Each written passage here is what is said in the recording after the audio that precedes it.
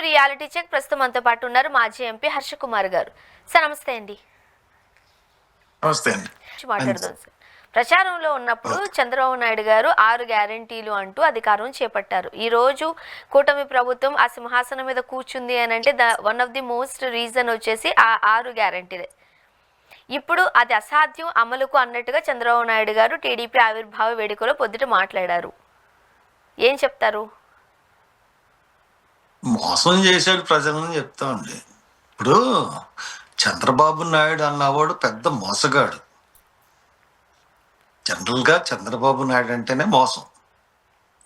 ఇప్పుడు వెన్నుపోటు పొడిచి మామగారిని అధికారాన్ని చేజెక్కించుకున్నాడు. ప్రతిసారి కూడా ఎన్నికల ముందు అసాధ్యమైనటువంటి హామీలు ఇచ్చి ఎలక్షన్లో నెగ్గుతాడు. నెగ్గిన తర్వాత అది చాలా కష్టం అంటాడు. ఇది కొత్త ఏం కాదు. 2014లో జగన్ రైతులకు రుణమాఫీ నేను చేయలేనన్నాడు. ఇతను నేను చేస్తానని చెప్పినందుకే 2014లో ఒక 5 lakhs ఓట్ల డిఫరెంట్లో ఇతను సీఎం అయ్యాడు. రుణమాఫీ చేయలేదు. అయినా ప్రజలు మళ్ళీ ఇంకా భయంకరమైన 6 పథకాలు ఇచ్చారు. ఇక్కడ కాంగ్రెస్ ప్రభుత్వం అక్కడ ఇస్తుంది తెలంగాణలో. కాబట్టి ఇక్కడ కూడా ఈ గవర్నమెంట్ ఇవ్వగలగదేమో అని చెప్పేసి ప్రజలు నమ్మి మళ్ళీసారి మోసపోయాడు. మోసం చేయడమే అతని విధి విధానం. మోసం చేసి గెలవడం అన్నదే అతని యొక్క లక్ష్యం. కాబట్టి అతను అదే మోసం చేయాలనే ఉద్దేశంతోనే ఆ హామీలు ఇచ్చాడు. కాబట్టి ఇతన్ని ఇమీడియట్గా అసలు బర్తరఫ్ చేయాలి రాష్ట్రపతి. బర్తరఫ్ చేయాలి సీఎం కింద. ఇటు మోసాలు వాగ్దానాలు చేసిన ఎవరినైనా సరే, ఏ సీఎంనైనా సరే బర్తరఫ్ చేయాలి. ఇంత మోసాలతో వచ్చి ఇంత వాగ్దానాలు ఇచ్చి నేను ఇప్పుడు చేయలేనంటే తప్పు కదండి. ఒక నిరుద్యోగ భృతి అన్నాడు, లేకపోతే రైతులకి భరోసా అన్నాడు, తర్వాత సిలిండర్లు అన్నాడు, తర్వాత తల్లికి వందనం అన్నాడు, ఆడవాళ్ళకి ఉచిత బస్సు ప్రయాణం అన్నాడు, ఉచిత సిలిండర్లు 3 ఇస్తానన్నాడు. ఏమీ చేయకుండా 6 సూపర్ పథకాలు ఒకటి కూడా చేయకుండా ఇంత మోసం ఆడితే తను మోసగాడు అనకుండా చంద్రబాబు నాయుడు = మోసగాడు అన్నయ్య అంటారు తప్పితే చంద్రబాబు నాయుడు = 420 అని అన్నారు. మోసగాడు అంటే 420 కదండి సెక్షన్.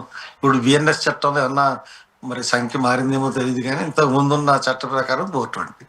ఇంకా అదే అర్థం వస్తుంది. కాబట్టి ఇటువంటి మోసగాడికి రాష్ట్రాన్ని పరిపాలించే అర్హత ఉండదన్నది నా ఉద్దేశం. మరోపక్క వాలంటీర్స్ కి జగన్ గారి ప్రభుత్వంలో వైసీపీ గవర్నమెంట్ లో ఒక 5,000కి ఇచ్చే దగ్గర నేను 10,000 ఇస్తాను అని అన్నారు. ఇప్పుడు అసలు వాలంటీర్ వ్యవస్థ అనేదే లేదు. వాలంటీర్స్ అంటేనే స్వచ్ఛందంగా వచ్చి పనిచేసే వాళ్ళు. ఇప్పుడు ఆ వ్యవస్థే లేదు, అది జీవోనే లేదు అని చెబుతున్నారు. వాళ్ళు బయటకు వచ్చి ధర్నాలు చేస్తూనే ఉన్నారు. మనం చాలా సందర్భాల్లో ఆ వాలంటీర్స్ అధ్యక్షుడితో మాట్లాడుతూనే ఉంటాము. ఆయన అరెస్ట్ చేస్తూనే ఉంటారు, ఆయన బయటకు వచ్చి ఇంటర్వ్యూ ఇస్తూనే ఉంటారు. ఇప్పుడు అసలు వ్యవస్థే లేదు అనేస్తున్నారు. మరి ఆ రోజు ప్రచారంలో అట్లా ప్రామిస్ చేసినప్పుడు, ఫాల్స్ ప్రామిస్ చేసినప్పుడు ఇంత అనుభవం ఉన్న చంద్రబాబు నాయుడు గారికి ఆ రోజు తెలియదా అంటూ వాలంటీర్స్ ప్రశ్నిస్తున్నారు. ఇది ఎలా చూడాలి? అది మోసమేనండి. వాలంటీర్లు కూడా మోసమే. ఇప్పుడు గవర్నమెంట్ వచ్చిన తర్వాత వాలంటీర్ వ్యవస్థ అవసరం లేదన్నాడు. సరే, దానికి ఆ పాత గవర్నమెంట్ కూడా సరైన డెఫినేషన్ ఇవ్వలేదు. డెఫినేషన్ ఇవ్వలేదు. ఇష్టానుసారంగా వాళ్ళు రిక్రూట్ చేసుకున్నారు, పార్టీ వర్కర్స్ని వాలంటీర్గా పెట్టుకున్నారు. కాబట్టి ఈయన వచ్చిన తర్వాత దాన్ని తీశారు. కానీ ఇక్కడ ఒక పాయింట్ ఆఫ్ వ్యూలో ఈ వాలంటీర్ వ్యవస్థని ఈయన వాడుకున్నాడు. వరదలు వచ్చినప్పుడు కృష్ణా దగ్గర బుడమేరు పొంగి మునిగిపోయినప్పుడు అప్పుడు ఎన్యూమరేషన్కి దానికి దీనికి వాలంటీర్ వ్యవస్థని వాడుకున్నాడు. నీకు అదే ఉద్దేశం ఉన్నప్పుడు ఆ వాలంటీర్ వ్యవస్థను వాడుకోకూడదు కదా. నిజంగా వాలంటీర్ వ్యవస్థ మన ఆర్థిక పరిస్థితి దృష్ట్యా భారమైనప్పుడు భారం ఇది అని చెప్పి చేయాలి. కానీ నిన్న 10,000 ఇస్తానని చెప్పి మోసగించి రావడం అన్నది ఖచ్చితంగా నేను చెప్తున్నాను కదా, చంద్రబాబు నాయుడు = మోసగాడు అంతే. మరోపక్క ఏపీలో స్థానిక సంస్థల ఎన్నికలకు సంబంధించి ఉప ఎన్నికల్లో 50 స్థానాలలో 40 స్థానాలు వైఎస్ఆర్సీపీ గెలుచుకుంది. మహా అయితే ప్రభుత్వం ఏర్పడి ఒక 9 నెలలు కావస్తోందంతే, సంవత్సరం కూడా కాలేదు. ఈలోపే 40 స్థానాలు వైసీపీ గెలుచుకోవడాన్ని కూటమి ప్రభుత్వంపై ఉన్న వ్యతిరేకతగా చూడొచ్చు అంటారా? మీకు ఇప్పుడు ఎలక్షన్ పెట్టారనుకోండి, ఒక్క సీటు కూడా చంద్రబాబు నాయుడు కుప్పంలో కూడా ఓడిపోతాడు. కారణం ఏంటంటే అంత వ్యతిరేకత ఉందండి ప్రభుత్వం. మొన్న ఎమ్మెల్సీ ఎలక్షన్స్ నెగ్గాడు మనకి, ఏది గ్రాడ్యుయేట్స్ ఎమ్మెల్సీ ఎలక్షన్లో ఎలా నెగ్గాడు అనుకుంటున్నారు? మొదటి రౌండ్లో తెలుగుదేశం అభ్యర్థికి 16,000 వస్తే 8వ రౌండ్లో కూడా 16,000. 2, 3, 4, 5, 6 అన్ని రౌండ్లో 16,000 ±100, 200. సెకండ్ వచ్చిన అభ్యర్థికి 5,000 అన్ని రౌండ్లోను ±. మళ్ళీ మూడో అభ్యర్థి మా అబ్బాయి, ఆడికి 2,000 ±. అంటే అదే తెలంగాణ ఎలక్షన్ జరిగింది, అది చూసాం. అది చూసినప్పుడు తెలంగాణలో మనకి ఒక రౌండ్లో బీజేపీ మెజారిటీ ఉంటే ఒక రౌండ్లో కాంగ్రెస్ మెజారిటీ అలాగున్నాయి. ఇక్కడేంటి అచ్చు వాళ్ళే గుద్ది ఓట్లు వేసినట్టుగా వచ్చి ప్రతి రౌండ్లోనూ 16,000. అంటే దాన్ని బట్టి ఏమర్థం అయిందండి? ఈ ఓట్లన్నీ తీసుకెళ్ళి ఉన్న ఓట్లు వేసిన బాక్సులను మార్చేసి ఆయన సొంత బాక్సులను పెట్టి లెక్కించుకున్నాడు. కాబట్టి ఆ ఎలక్షన్ కూడా ఆయన నెగ్గినట్టు కాదు, ఆయన మోసం. కాబట్టి అతను ఖచ్చితంగా 100% ఏమీ చేయడు. ఇప్పుడు ఎలక్షన్ పెడితే తుక్కు కింద ఓడిపోయడం ఖాయం. ఓకే, అన్ని ఎలక్షన్లోనూ ఓడిపోతాడు. ఇప్పుడు తెలంగాణలో కాంగ్రెస్ పార్టీ బలం పుంజుకుంది. ముఖ్యమంత్రి స్థానంలో రేవంత్ రెడ్డి గారు ఉన్నారు. బట్ ఈ బూస్టప్తోనన్నా ఏపీలో బలం పుంజుకోవాల్సిన కాంగ్రెస్ పార్టీ ఇప్పటికీ వెనుకబడే కనిపిస్తోంది. ఏంటంటారు పరిస్థితి? ఎప్పుడు పుంజుకుంటారు ఏపీలో మీరు? అధిష్టాన వర్గం చేస్తున్న తప్పులండి. అంటే ఇప్పుడు షర్మిల గారిని తీసుకొచ్చి పెట్టారు. ఆవిడేమో ఫస్ట్ నుంచి కూడా నేను తెలంగాణ కోడల్ని, తెలంగాణ ఆడపడుచుని, తెలంగాణలో చదువుకున్నాను, తెలంగాణలో పిల్లలు కల నా భర్త తెలంగాణ అని అంత చెప్పిన ఆవిడని తీసుకొచ్చి ఆంధ్రప్రదేశ్కి ప్రెసిడెంట్ చేస్తే ఆంధ్రప్రదేశ్ ప్రజలు కాంగ్రెస్కి ఎలా దగ్గర అవుతారండి? అది నేను హైకమాండ్కి నేను చెప్పాను, డైరెక్ట్గా రాహుల్ గాంధీకి చెప్పాను, మల్లికార్జున్ ఖర్గేకి చెప్పాను, డికే శివకుమార్ గారికి కూడా చెప్పాను నేను. డికే శివకుమార్ కాదు, ఆయన కేసీ వేణుగోపాల్ గారికి కూడా చెప్పాను. చెప్పినా కానీ వాళ్ళు ఆవిడ వస్తే ఏదో మారిపోతుందేమో అన్న ఒక భ్రమతో వాళ్ళు ఆమెకి పార్టీ ఇచ్చారు. ఆవిడ పోనీ పార్టీ ఇంత బాధ్యత అప్పగించింది కాబట్టి మనం సంస్థాగతంగా ఈ పార్టీని బాగు చేయాలని చెప్పి ప్రతి జిల్లాకి టూర్ వేసుకుని తిరిగి ఒక బూత్ కమిటీల నుంచి అన్ని కమిటీలు వేసుకుంటా తిరుగుతుందా అంటే అది లేదు. ఆవిడేమి తిరగకుండా సేమ్ హైదరాబాద్ నుంచో లేకపోతే అమెరికా నుంచో ఎక్కడి నుంచో జస్ట్ ప్రెస్ రిలీజులు చేస్తూ ఉంది. ఈ ప్రవీణ్ పగడాల గురించి కూడా ఆవిడ ప్రెస్ నోట్ రిలీజ్ చేసింది. కానీ ప్రయోజనం ఏంటి? కార్యకర్తల్లోని ఎవరిని పలకరించుతుంది ఆవిడ, కార్యకర్తలతో మమేకం అవ్వదు, చాలా దూరంగా పెడుతుంది, వచ్చిన వాళ్ళతో మాట్లాడదు. సో చాలా మైనస్లు ఉన్నాయి ఆవిడ ప్రవర్తన మార్చుకోకుండా ఈ కాంగ్రెస్ పార్టీని అధికారంలోకి తీసుకురావడం అన్నది ఆవిడ వల్ల అవే పని కాదు. అందులో ఆవిడకి తెలంగాణ అన్న ముద్ర ఆవిడే వేసుకుంది, కాంగ్రెస్ పార్టీ కూడా వేయలేదు. అటువంటి ముద్రలోంచి మళ్ళీ బయటకు తీసుకురావాలంటే ఆవిడ మార్చడం తప్పితే ఇంకొకటి లేదు. తప్పకుండా ఆవిడ మార్చి ఇంకోళ్ళు కొత్త వాళ్ళకి ఎవరికైనా ఇస్తే ఏమన్నా అవుతుందేమో కానీ, లేకపోతే ఇప్పుడున్న పరిస్థితుల్లో చాలా కష్టమైన విషయం. చూద్దాం సార్. ప్రస్తుతం ఏపీ అంతటా కూడా పాస్టర్ ప్రవీణ్ పగడాల గారి ఇన్సిడెంట్కి సంబంధించి మాట్లాడుతున్నారు. ఒక వర్గం వారు ఇది యాక్సిడెంటే, ఖచ్చితంగా ఒక రెడ్ కార్ వెంబడించింది, so hit and run case లాగా దీన్ని చూడాలి, యాక్సిడెంట్ చేసి ఆ కార్ వెళ్ళిపోయింది అంటున్నారు. మరికొంతమంది ఇది ప్రీ ప్లాన్డ్ మర్డర్ అంటున్నారు. మీరేం చెప్తారు? అక్కడ చూసిన దృశ్యాలు కావచ్చు, లేకపోతే ఆ సంఘటన చూస్తే మీకేమనిపిస్తుంది పర్సనల్గా? ఇది ఖచ్చితంగా హత్య అని అర్థమవుతుంది నాకు. ఫ్రమ్ ది బిగినింగ్ నుంచి కూడా ఇది హత్య అన్నది చాలా క్లారిటీగా తెలుస్తూ ఉంది. అంటే హత్య ఆ స్పాట్లో జరిగిందా, అంతకుముందు ఎక్కడైనా చంపేసి తీసుకొచ్చి ఇక్కడ పెట్టేశారా అన్నది తేల్చారు గవర్నమెంట్. కారణం ఏంటంటే ప్రవీణ్ పగడాల ఆయన ఫుటేజ్ చాలా చోట్ల పోలీస్ డిపార్ట్మెంట్ ఒక 7-8 చోట్ల ఆ బండి వెళ్ళడం అన్నది, సైడ్ లైట్స్ వెలగడం అన్నది చూపించడం జరిగింది. ఎక్కడా కూడా ఫేస్లో క్లారిటీ అన్నది లేదు. సార్. తర్వాత బండి మీద బాగా స్లో చేసినప్పుడు కొవ్వూరు టోల్ గేట్ దగ్గర ఆ కాళ్ళు పొడుగ్గా ఉన్నాయి, ప్రవీణ్ పగడాల కాళ్ళు అంత పొడుగు ఉండవని ఎవరో కూడా చెప్పడం, విశ్లేషణ కూడా చేశారు.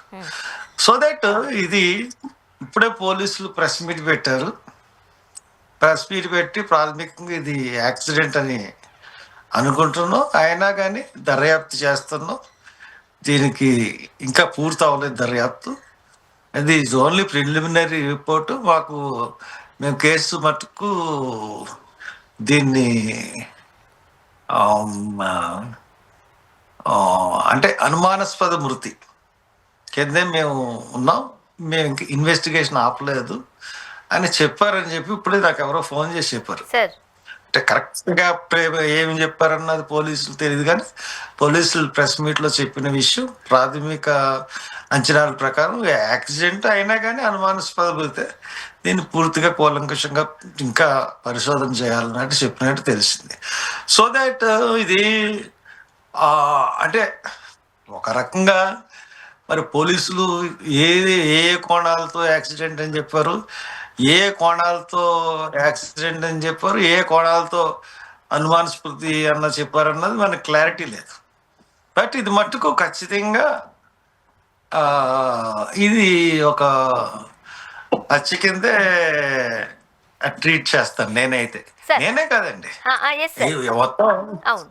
ఇప్పుడు హర్ష సార్, సాధారణంగా ఇప్పుడు ఆ టోల్ గేట్స్ దగ్గర ఉన్న విజువల్స్ ఒక్కటి మనం కొద్దిసేపు ఒక 1 మినిట్ మనం పక్కన పెట్టి చూస్తే, అక్కడ ఎక్కడైతే డెడ్ బాడీ పడి ఉండిందో ఆ సంఘటనలు సోషల్ మీడియాలో, లేకపోతే పోలీసుల దగ్గర నుంచి అవి బయటకు వచ్చినవి కావచ్చు, స్థానికుల దగ్గర నుంచి బయటకు వచ్చిన ఆ ఫొటోస్ చూస్తుంటుంటే ప్రవీణ్ పగడాల గారి మీద ఆ బైక్ ఏదైతే ఉందో అది ఎవరో తీసుకొచ్చి ఇలా పెట్టినట్టుగా కనిపిస్తోంది. టీషర్ట్ మీద ఫుట్ ప్రింట్ కనిపిస్తోంది. అండ్ పక్కనున్న కర్రల పైన, ఆ వుడెన్ స్టిక్స్ పైన బ్లడ్ శాండిల్స్ ఉన్నాయి. ఖచ్చితంగా మనం ఆ రక్తపు మరకల్ని చూడొచ్చు. అండ్ ఒకవేళ ఏదన్నా గుద్దేస్తే వెంటనే అక్కడికైతే పడిపోరు, అది కాస్త దూరం దాన్ని ఈడ్చుకుంటూ వెళ్తుంది. అలాంటి గాయాలేవి ఒంటి మీద లేవు, ఓన్లీ మెడపైన మాత్రమే గాయాలు ఉన్నాయంటూ కూడా మనకు అందుతుంది. అంటే చూస్తుంటుంటే క్లియర్గా మనకి ఇన్ని ఆధారాలు దొరుకుతూ ఉన్నప్పుడు ఇది యాక్సిడెంటే, బట్ అనుమానాస్పద మృతిగా కూడా కేసు నమోదు చేశాము అనడంలో పోలీసులు 2 వర్షన్స్ చెప్తున్నారు. దీన్ని ఎలా చూడాలంటారు? అంటే క్రైస్తవ సమాజం కానీ సెక్యులర్ వాదులు కానీ చాలా కోపంగా ఉన్నారండి. హత్యని బలంగా నమ్ముతున్నారు. వాళ్ళని సాటిస్ఫై చేయడానికి అనుమానాస్పద మృతి, గవర్నమెంట్ నుంచి ఉత్తర్వు ఉంది కాబట్టి గవర్నమెంట్ని సాటిస్ఫై చేయడానికి యాక్సిడెంట్. గవర్నమెంట్ పోలీసుల మీద ఏం వదిలేదండి ఈ కేసుని. వాళ్ళు కంట్రోల్లో పెట్టుకుని వాళ్ళు చెప్పినట్టుగానే చేపిస్తుంది కూటమి ప్రభుత్వం. కాబట్టి ఈ కూటమి ప్రభుత్వంలో న్యాయం జరుగుతుందని ఎవరు అనుకుంటారండి? ఎవరు అనుకోరు. కాబట్టి అలాగా ఆ వెర్షన్ అలా వినిపించారు. కానీ మీరు చెప్పినట్లుగా ఏ రకంగా చూసుకున్నా కానీ అది హత్యే, దాంట్లో తేడా లేదు. ఎందుకంటే నెత్తి మీద దెబ్బలు, నుదుటి మీద దెబ్బలు. ఇప్పుడు బండి వెళ్ళడం విధానం చూసుకున్నట్లయితే యాక్సిడెంట్ స్పాట్లో బండి వెళ్ళే విధానం అయితే చాలా నెమ్మదిగా సాఫీగా బండి కిందకి వెళ్ళింది. కిందకి వెళ్ళినప్పుడు ఏమవుతుందండి, కొంచెం గీసుకుంటుంది, లేదా కాలు ఇరుగుతుంది. ఇక్కడ అలాగ లేదండి, ఛాతి మీద కొట్టినట్టు ఉంది, వెనకాల దెబ్బలు ఉన్నాయి, ముఖం మీద ఈ దెబ్బలు ఉన్నాయి, నెత్తి మీద దెబ్బలు ఉన్నాయి. ఈ పోస్ట్ మార్టంలో ఈ దెబ్బలన్నీ కూడా మనకి తెలిసిన విషయాలు. కాబట్టి ఇది ఎట్టి పరిస్థితుల్లో హత్య కింద ట్రీట్ చేయాలి తప్పితే ఇది ఇటు కాకుండా అటు కాకుండా వీళ్ళ రిపోర్ట్ ఇవ్వడం జరిగింది. సాటిస్ఫై చెయ్యాలని నాకు ఉద్దేశం. మరి ఏంటో మరి మెల్లిగా ఇది అంతకుముందు కూడా ఆ రోజు పోస్ట్ మార్టం చేసిన రోజున కూడా చాలా టాక్టికల్గా ఎంక్విస్ట్ అన్నది 20 hours పైకి రాశారంటే సార్ గత మూడింటికి ఈ రోజు 3ంటికి మొదలెడితే నెక్స్ట్ డే 2 వరకు ఎంక్విస్ట్ రిపోర్ట్ రాస్తూనే ఉన్నారు. అంటే ఎంక్విస్ట్ రిపోర్ట్ అంత టైం రాయకూడదు అంట, రాయరు ఎవరు, 4 hours అయిపోతుంది మ్యాక్సిమం. అటువంటిది 23 hours 22 hours తీసుకుని రాసి ఇమీడియట్ గా పోస్ట్ మార్టం చేసి పోస్ట్ మార్టం నుంచి డైరెక్ట్ గా హైదరాబాద్ పంపించారు. నిజంగా ఆ టైం గ్యాప్ ఉండి అదే మధ్యాహ్నం కానీ వాళ్ళు చేసి ఉండుంటే ఆ బాడీని అసలు తీసుకెళ్లారండి హైదరాబాద్. అది తెలుసుకుని వాళ్ళు చాలా టాక్టిఫుల్ గా ఏం చేశారంటే 5 వరకు చేయించి వాళ్ళ ఇంట్లో వాళ్ళు ఎదురు చూస్తున్నారు బాడీ గురించి అని మమ్మల్ని కన్విన్స్ చేసి, ఇంకా నేను కూడా అందరం ఒక దగ్గర 50-60 వేల మంది వచ్చారండి, 300 మంది పోలీసులు ఉన్నారండి. అక్కడ ఏం జరిగినా కానీ అసలు అక్కడి నుంచి ఎవరు బయటకు వెళ్ళే పరిస్థితి లేదు పోలీసులు. అటువంటి పరిస్థితుల్లో అంత జనం అంత కోపం అది చవి చూశారు పోలీసులు. సో దట్ అందు గురించి గమ్ముని ఇది హత్య కాదని ఆ రోజున అనౌన్స్ చేసి ఉండుంటే అక్కడ ఒక్క పోలీస్ బయటకు వెళ్ళాడు క్యాంపస్ లో. సార్ ఇక్కడ అటువంటి ఆవేశం ఉండే ప్రజలు. ఇప్పుడు ప్రవీణ్ గారు రాజకీయ నాయకుడు కాదు, ఒక మతానికి సంబంధించిన ప్రీచర్గా ఉన్నారు, పాస్టర్గా ఉన్నారు. బట్ ఇక్కడ జరుగుతున్న ఇన్సిడెంట్ ఏదో కక్షపూరితంగా రాజకీయ కక్షతో చంపినట్టుగానో దాన్ని అభివర్ణించడానికో లేకపోతే చెప్పడానికో లేని సందర్భం. అంత కక్ష అంత పగ ఎవరికి ఉంది? ఎవరికి అవకాశం అంటే ఇంత ప్రీ ప్లాన్ మర్డర్గా దీన్ని చిత్రీకరిస్తున్నారు కాబట్టి, అభిప్రాయపడుతున్నారు కాబట్టి ఇంత కక్ష ఎవరికి ఉంది అనేది కొంతమందికి అనుమానం. అంటే నా ఉద్దేశంలో అండి, నాకు ప్రవీణ్ పగడాలంటే ఎవరు తెలియదండి. నేను ఆ రోజు మార్నింగ్ ఆయన బాడీ హాస్పిటల్కి వచ్చింది, ఆ మధ్యాహ్నం నేను అటే వెళ్తూ నేను హాస్పిటల్ దగ్గర జనం చూసాగాను ఇలా ప్రవీణ్ పగడాలని పాస్టర్ గారిని దారుణం చంపేశారంటే ఎవరు ప్రవీణ్ పగడాల అనేసి అన్నాను. ఆవిడ అప్పుడు మామూలుగా పోలీసు వాళ్ళకి ఫుటేజ్ ఉంటుంది కదండి ఇవ్వండి అని చెప్పి వెళ్ళిపోయాను. నాకు ఆయన అంటే ఎవరు ఆయన తెలీదు.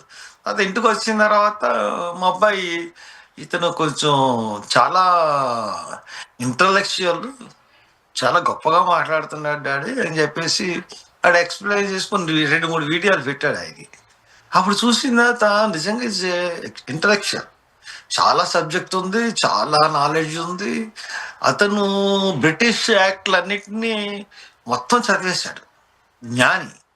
సో దట్ అంత జ్ఞానాన్ని తట్టుకోలేని ఎవరన్నా సరే, ఇటు హిందూ ఫ్యానిటిక్స్ కానీ, ముస్లిం ఫ్యానిటిక్స్ కానీ, క్రిస్టియన్ ఫ్యానిటిక్స్ కూడా అతను ఎదుగుదల చూడలేని, ఇతను అందరికన్నా టాప్ అయిపోతాడేమో అన్న ఉద్దేశం కూడా అవచ్చు. మొత్తం మీద హత్య చేయించారు.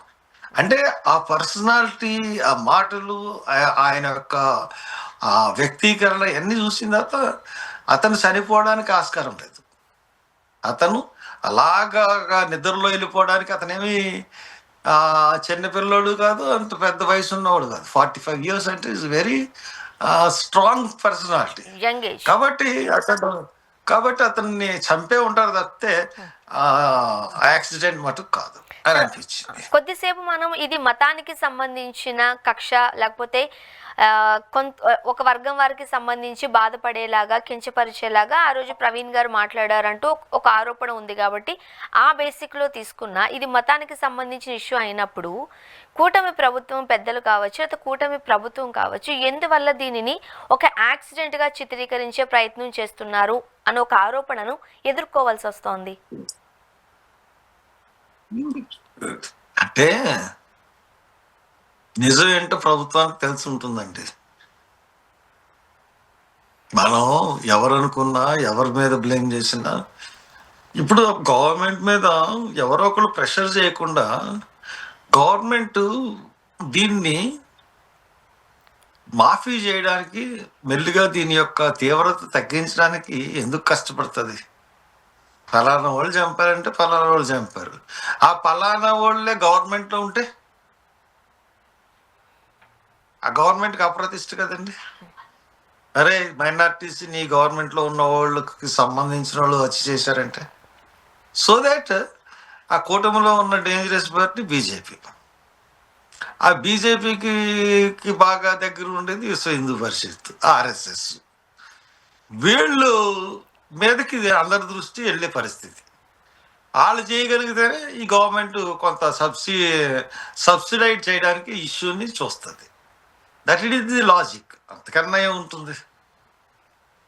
అంటే ప్రభుత్వం సార్, సనాతన ధర్మాన్ని చెప్పండి. భుజానికి ఎత్తుకుని సనాతన ధర్మాన్ని పాటిస్తున్నారు కాబట్టి కూటమి ప్రభుత్వంలో పెద్దలు కొంతమంది ఒక వర్గానికి సంబంధించిన వారు ఉన్నారు కాబట్టి ఇది ఒక క్రిస్టియన్ మతానికి సంబంధించిన పాస్టర్కి సంబంధించిన విషయం కాబట్టి ఈ కేసును నీరుగార్చే ప్రయత్నం చేస్తున్నారా, లేకపోతే జరిగిన హత్య నుంచి ఎవరినో కాపాడడం కోసం సనాతన ధర్మాన్ని ముందుకు తీసుకొచ్చి దీన్ని ఒక యాక్సిడెంట్గా చిత్రీకరించే ప్రయత్నం చేస్తున్నారా? డెఫినెట్ గా ఎవరినో రక్షించడానికి, లేదంటే కూటమి ప్రభుత్వం మీద బురద పడకుండా ఉండడానికి దీన్ని హత్యగా కింద కాకుండా యాక్సిడెంట్ కింద చూపించేసి చేతులు దులుపుకోవడానికి చూస్తుంది ప్రభుత్వం. సరే, ఇప్పుడు అది యాక్సిడెంటే అనుకుందాం. ఒక 1 సెకండ్ మనం ఇంతగా యాక్సిడెంట్ ఎవరు చేశారంటారు? ఆ ఎర్ర కారులో ఉన్న వాళ్ళు ఎవరు? ఆ నంబర్ ప్లేట్లో ఒకవేళ దాని గురించి కాస్త ఆరా తీసినట్లయితే ప్రభుత్వానికి ఎంతసేపు అది తీయడం కదా. అట్లీస్ట్ అది ఎవరు చేశారు యాక్సిడెంట్ అని కూడా ఎందుకు తెలుసుకోలేకపోతున్నారు? అంటే హిట్ అండ్ రన్ కేసు మనం చూసుకున్నట్లయితే ఇప్పుడు ఎర్ర కారు అక్కడ ఆ మోటార్ సైకిల్ వెళ్ళిన తర్వాత 4 కార్లని వాళ్ళు ముందు వెనక కార్లని వాళ్ళు విచారించారు పోలీసులు. ఎస్పీ ప్రెస్ మీట్ పెట్టి చాలా క్లియర్ గా ఎక్స్ప్లెయిన్ చేశాడు. ఆ 4 కార్లకి సంబంధించిన ఒక అతను రేంజ్ ఆఫీసర్ ఉన్నాడంట, ఒక అతను ఏదో ఎరువులకి సంబంధించిన ఏదో డీలర్ అంట. ఈ 4ని విచారించాం, అనుమానింపదగ్గ వాళ్ళు కూడా ఎవరు లేరు కాబట్టి అసలు క్వశ్చన్ లేదు. ఈ దాంట్లో ఒకళ్ళు అనుకున్నారంటే సిగ్నల్ లైట్లు వేసుకుని వెళ్ళిపోతున్నాడు ఏంటి అని అనుకున్నారంట. అందులోనూ మీకు ఆ బండి దిగిన విధానం చూసినట్లయితే ఇలాగ స్లోగా జారిందండి. స్లోగా జారినప్పుడు కాలు ఇరిగిపోవాలి, లేకపోతే చెయ్యి ఇరిగిపోవాలి, లేదంటే అంత రక్తసిక్తం అయిపోయి బుర్ర పగిలిపోయి ఇంత సీన్ అక్కడ లేదు.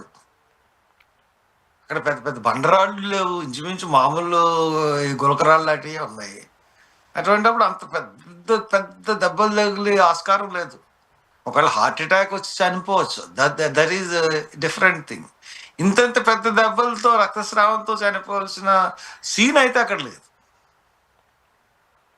అట్లీస్ట్ హెల్మెట్ పైన ఒక స్క్రాచ్ కూడా లేదు అని చెబుతూ ఉన్నారు, ఏదో పెట్టినట్టు.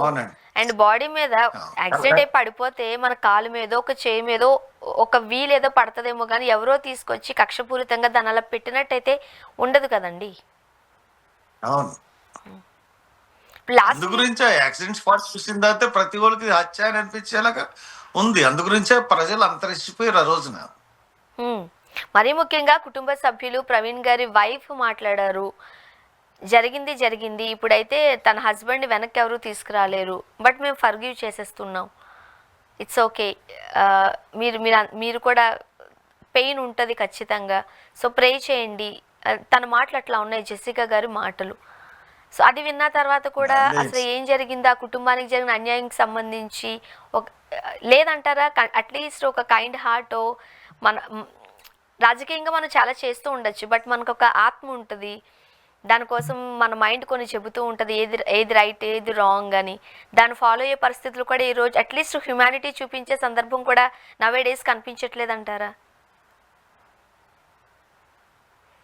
అంటే ఆవిడ వర్షంలో ఆవిడ చెప్పింది ఆవిడకే మనం వదిలేయాలి. ఇప్పుడు గ్రాహం స్టైన్ని వాళ్ళ ఫ్యామిలీని ఒరిస్సాలో జీప్లో పెట్టి తగలెట్టేశారు వాళ్ళ భార్య కళ్ళ ముందే, గ్రాహం స్టైన్ ఫ్యామిలీని.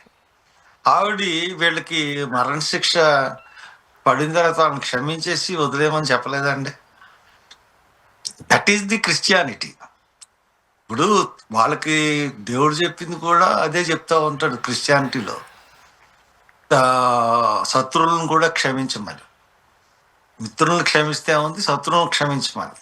ఆ బైబిల్ పాటించే ఆవిడ ఆ మాట చెప్పుండొచ్చు, బట్ ఈ ఈ ఇన్సిడెంట్లో ఈ ఇన్సిడెంట్ తర్వాత ఉన్న విషయాలు మనం చూసుకున్నట్లయితే ఇది ఒక మతానికి వ్యతిరేకంగా జరిగిన హత్య ఇది. దీని మీద ఇక్కడితో ఆగిపోతుంది, ఇంకా జరుగుతాయి.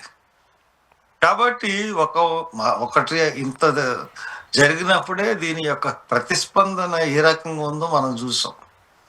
ప్రభుత్వం మీద వ్యతిరేకత ఏమైనా ఉంటే అన్నీ ఏమైనా ఉంటే కట్టలు తెంచుకొని ప్రజలు బయటకు వచ్చేసారు. కాబట్టి దీన్ని ఆవిడ వదిలేసినంతలో ఇప్పుడు అతన్ని ప్రవీణ్ ప్రకారాన్ని క్రిస్టియన్ కమ్యూనిటీ ఓన్ చేసుకుంది, వాళ్ళ ఫ్యామిలీయే కాదు. కాబట్టి అది ఇన్వెస్టిగేషన్ జరగాలి, ఆ దోషులకి గుర్తించాలి, దోషులకు శిక్షలు పడాలి. ఇప్పుడు ఆవిడ వదిలేయమన్నంతలో వదిలేసే పరిస్థితి చట్టాల్లో లేదు. చట్ట ప్రకారం శిక్షించబడాల్సింది ఎవరన్నా. చూడాలి సార్ వాళ్ళు ఏం చేయబోతున్నారు ఈ విషయానికి సంబంధించి. అంటే కళ్ళ ముందు మాత్రం ఖచ్చితంగా యాక్సిడెంట్ కాదు, ప్రీ ప్లాన్ మర్డర్గా కనిపిస్తోంది. బట్ పోలీసుల దృష్టికి అది ఎలా కనిపిస్తోంది, న్యాయం దృష్టిలో అది ఎట్లా కనిపిస్తోంది, ప్రభుత్వ పెద్దలకు ఎలా కనిపిస్తుంది అనే దాన్ని బట్టి చర్యలు జరుగుతున్నాయి. కాబట్టి కొన్ని రోజులు వెయిట్ చేయాల్సిందే మనం, సార్ ఏం జరగబోతుందో. థ్యాంక్ యూ సో మచ్ అండి, మీ అభిప్రాయాలు మాతో పంచుకున్నారు sir. Thank you very much అండి. థ్యాంక్ యూ అండి. ఇది వాళ్ళ రియాలిటీ చెక్. Stay tuned. ఏమండి సార్ అయిపోయింది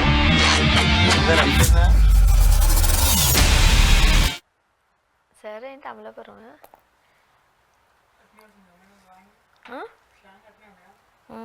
ఏమండో మేమే అంటాం అలాగే.